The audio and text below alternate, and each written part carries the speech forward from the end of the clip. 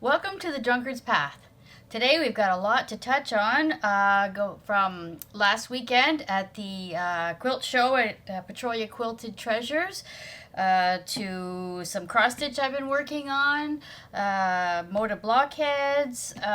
We have a new giveaway from now until December the 15th. It's a new quilt kit giveaway. And we have some new fabric we want to show you. Angeles is going to show you that later. And at the end of the video, I will have block 5 of the Sewcialites to sew along. So let's get started with, I'm going to go with the cross stitch that I've been working on from Halloween Quaker. I started this probably about a month ago and going to show you my progress so far. I think I've made a good dent in it. I've got the witch not quite finished here. The moon and the broomstick is started, and the hat and all these motifs here. And it's still going to take a while to finish, but one stitch at a time. Okay, and also what I've been working on, which I just decided last night, don't ask me why I think I need another project to do, but I decided I'm going to try the Moda Blockheads. This is the 5th time they're putting this out, and I think it's 1 block a week, and this is the shorter version from now until the middle of November, I believe. That's what it goes to, and this is the block, and I'm going to do the 12-inch block. And the fabrics, I had a fat quarter bundle. It's called Pure Solids, and these are the colors that I'm using. They're all solids, but they're all kind of like, they all match, so it doesn't matter. Like, that's what's great about working with fat quarter bundles, is that your fabrics are going to match. So on block 1 I just made, this is my first block, and it looks like it's kind of hard, but it's not too bad if you just follow step by step. There's a lot of triangles, so you've got bias cuts here, so just have to be careful when you're pressing and handling that you don't stretch it. And I starched all my fabric last night, so I have a heavy-duty starch that I like to use. It's a spray starch. I sprayed it all, I hung it out to dry, and it was all ready this morning, so I ironed it all, and then I made this. And this is the back, where I like to press open where I can, because that just makes my block lie a little flatter. But when you do press open, remember to set your stitch length at 1.5, 1.6, so it doesn't compromise the seam at all. So it looks pretty good. I'm happy with that, and I think it's going to be, look pretty good when it's all said and done. I don't know what the finish is going to look like, but I'm just going to go block by block, and I've got a little catch up to do, so I'll have probably a few more to show you in the next video. I want to talk about our last weekend at the quilt show at Quilted Treasures. We met some wonderful people, and we had a contest going where we did a giveaway with a whole cross stitch package, and the winner of that was Lee Lore, and we were very excited that we had a lot of people come by and say hi, and made some purchases, made some friends. It was great. The kitchen staff that were serving up the lunch, they were great bunch of people. Had a lot of laughs, and we would definitely do this again. So now I'm going to talk about our latest quilt kit giveaway. It's a Christmas theme, and it is called Peppermint Bark. So this quilt kit would be big enough for a lap quilt. So what I used here was our own fabric of the Layla Boutique's Christmas Eve, and these are the 12 fat quarters that are included in the kit, and this is the binding, and our background is this fabric, and it will all come in this nice reusable sturdy storage bin. So it will all come all nicely kitted up for you, the fabrics and the pattern. So with every purchase you make from now until December 15th, you will be eligible to win this, and we will pull that name at the end of the day on December the 15th. So we'll let the winner know right away so they can have a nice Christmas present. And now Angeles is going to show you some new fabrics that we have from the Cast a Spell collection. So, we have recently had the biggest shipment I think we've had since we started this of fabric, which is 4 different collections, fair few from each. There's 2 Halloween ones and there's 2 Christmas ones. And over the next little while here, we're going to be covering all of them, starting with the Cast a Spell line. And we actually had all of these available for purchase at the quilt show that we were just at. But they weren't on the site yet. They are now all on the site, so you can see them all now. You can go there and you can see them. I'm just starting with Cast a Spell. Next time, we'll do Kitty Loves Candy, and then so on. So, let's start with here. We have Cast a Spell Black on Silver. It actually cuts off on here. And as you can see, it's a lot of different animals, a lot of different occult-looking things. It's really, busy with like a lot of Halloween different themes, witchies type of things. Honestly, this line is very witch themed. So I've lined them up actually so that we have some of the repeating patterns, but like with the different background colors in a line. So this one is, Cast a Spell Cream on Silver. This black one on silver, this is cream. Mostly it's white. And again, a lot of the creepy crawlies and potions and birds. So the next pattern we have here are these different bottles. This is green bottles. If I can read some of these, you got lizard's tongue. Hang on. Bat's blood. You're seeing the fabric shift around a bit. Wolf's teeth. There's a lot of them. I think it's all the ones from Macbeth, to be honest. So this is the next bottle one. This is gray bottles. Again, the same ones. What was it? Slug slime? I feel like they got creative with these. Alright, so this one is gray floral bat. And as you can see, you can make out some sort of, like Halloween type of designs in this, but it's kind of abstract. It's kind of like the pattern, the repeating pattern. So this one is Spooky Halloween on green, and this is the more basic, kind of more kid-friendly type one. You got your frogs, you got your cauldrons, hats, moons, jack-o'-lanterns, bats, all that different type of stuff. And a kind of limey green. And the last one in the set is Flying Witches on gray, which simple, nighttime witches spreading their magic. It's nice. It's cute. So that's Cast a Spell. Again, next week we're going to be doing the next one, and so on like that. But they're all there. So now we're on to see the next tutorial of the Sewcialites 2. This time, Block 5. Okay, let's start Sewcialites 2, Block 5, called the Empower Block by Carrie Nelson. It is skill level, experienced. Don't let that scare you, because I'm actually going to use triangles on a roll for all of these pieces. We have a bigger one here, and we have 5 of the smaller ones. So, and you're just doing the same block 4 times. So I'm going to show you. These are all my pieces ready to go. I'm just going to show you one of these. They look like a bear claw. So I'm going to show you one of these bear claws, and you'll get the idea how to do it 4 more times. Then I'll show you the completed block. So let's get started with one of these units. I wanted to let you know that we sell all of these triangles on a roll, all the different sizes. The one that I am using is 1.5 finished, but this is calling for a 1-inch finish. So all I'm going to do is I'm going to sew this anyway and just cut it down to the it says 1.5 by 1.5, and so it'll be a 1-inch finish when I'm completed. But you still get the same idea, even though it's a 1/2 inch bigger. You just trim it down.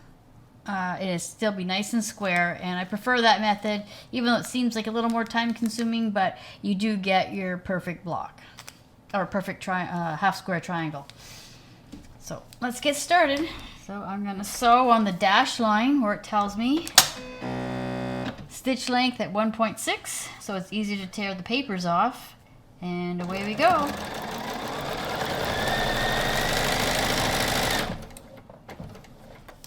Okay, pivot.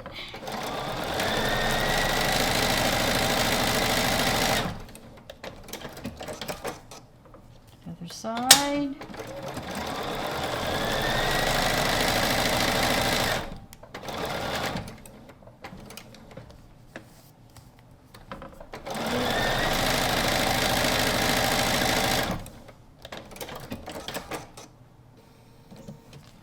Since it calls for 5, I've only got 4, so I have to do one more here.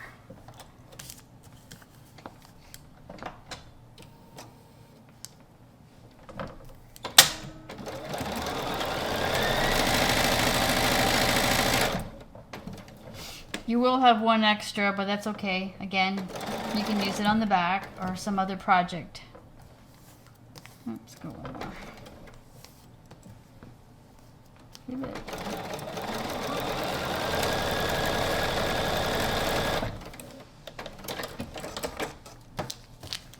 And we have a bigger one, and that's going to be a 3.5 inch when it's done. So.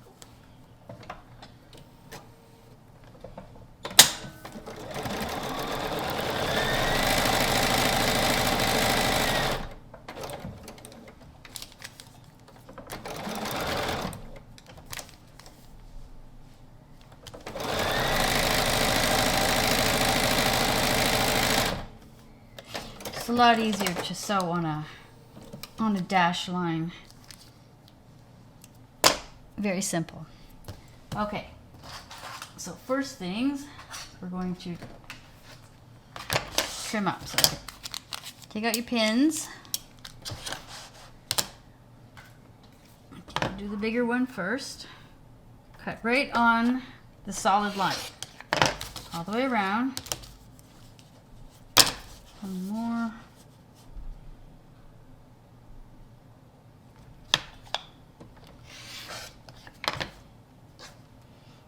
Start, and again on the solid line from corner to corner.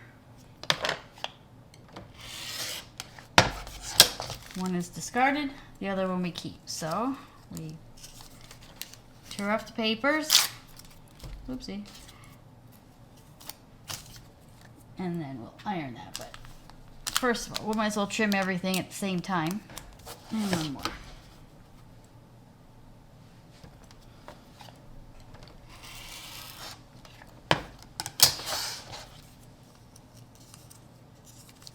Peel off our papers. Again, if you have somebody at home that wants to peel these papers off for you, don't hesitate to ask them. Start the papers, and then we have one more, because we needed that 5th one. Okay. Remember, this part you have to get as exact as you can. Right on the edge.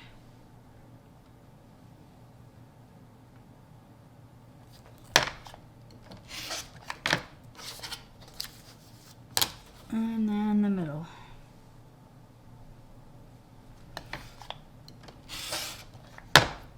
Okay, and don't forget we don't need 5, so we have an extra. There's very little waste with triangles on a roll. I'm going to iron these open, and then I'll trim them down.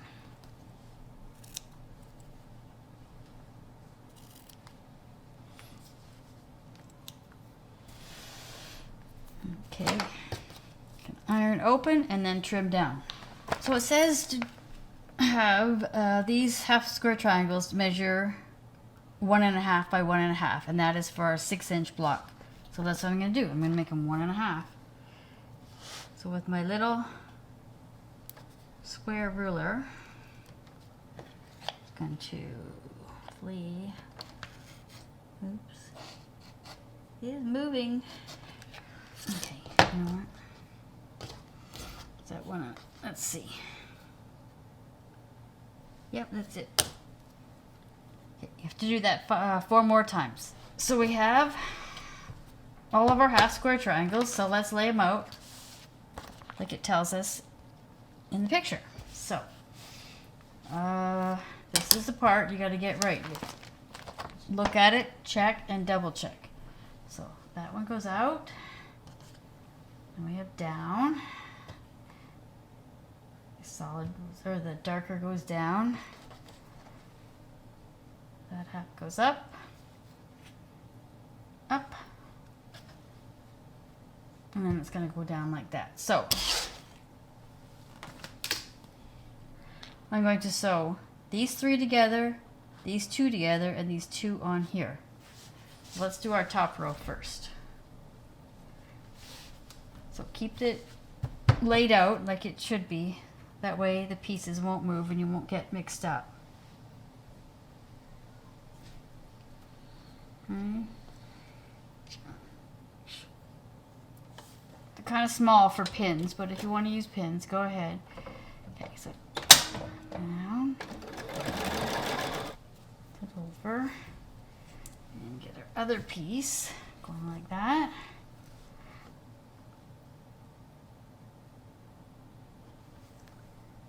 I'm glad we didn't go with the 3-inch block because that would be very tiny.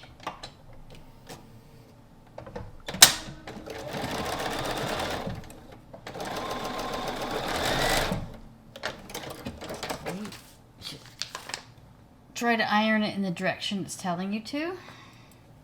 And these 2 go like that. And line it up.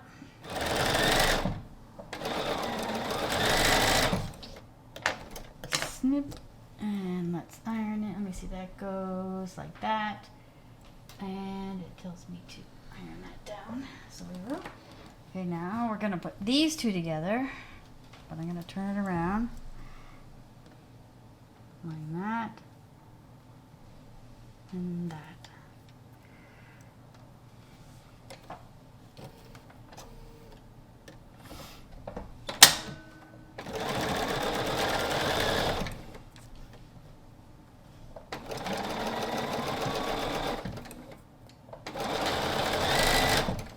Iron that over. I think this one's a little hard to iron open, so I'm going to follow the directions it tells me to. Okay, now we're going to put the top to the bottom.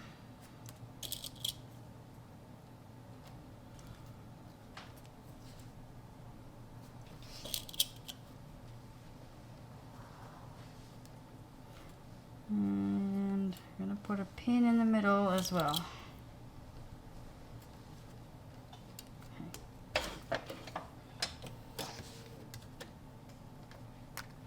Oops. Oh, that happens.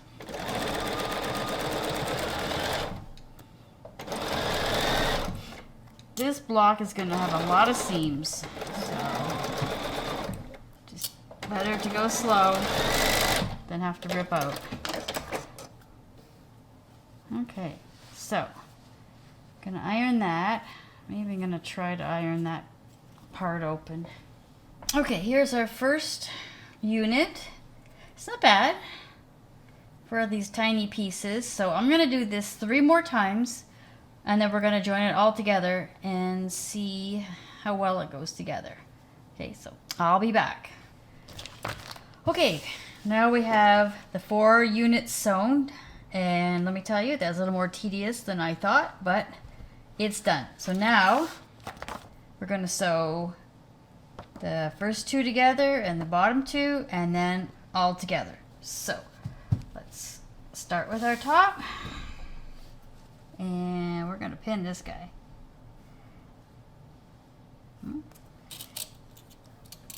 Same size on both edges, so that's a good thing. And I will put one kind of in the middle. Okay. We have many seams, so I am just going to go over this slowly. Okay, and I can see here where the seams meet, so I got to make sure that my needle stays to the right of that, so I do not chop off my point. And it is a true 1/4 inch, so that's good.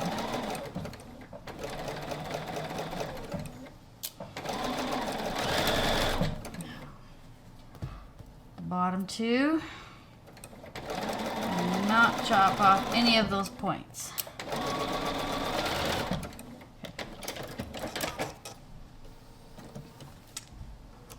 Snip off the thread, and oh, that one looks good. That one looks good. So you have a choice. You can iron to the opposite way so you get nesting, or you can iron open, whatever works for you.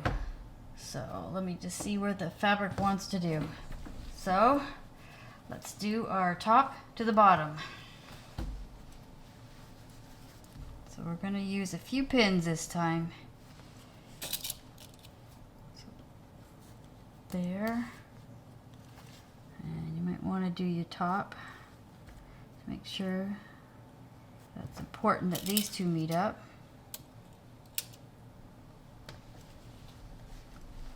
In the middle where they're going to nest, and a couple more there. Lots of pins.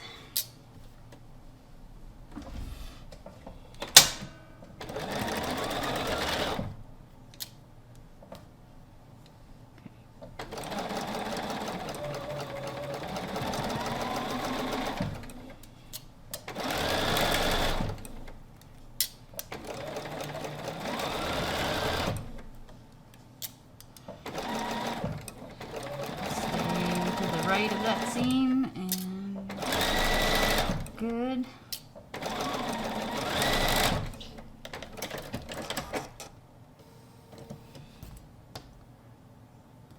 Let's open it up and see what we have. That's okay. That's okay. This one is, you can see it's just ever so slightly, not even enough to really worry about. I wouldn't pick that out. Okay, so let's give it one more press and I'll show you the final. So here's our final block. A lot of little pieces in this. This is probably not my most favorite block to do, but you know what? You have to do the challenging ones to make the easier ones even easier for you. So block 5 completed. On to block 6. Okay, so don't forget to make your purchases and get your name in there for our draw for our quilt kit.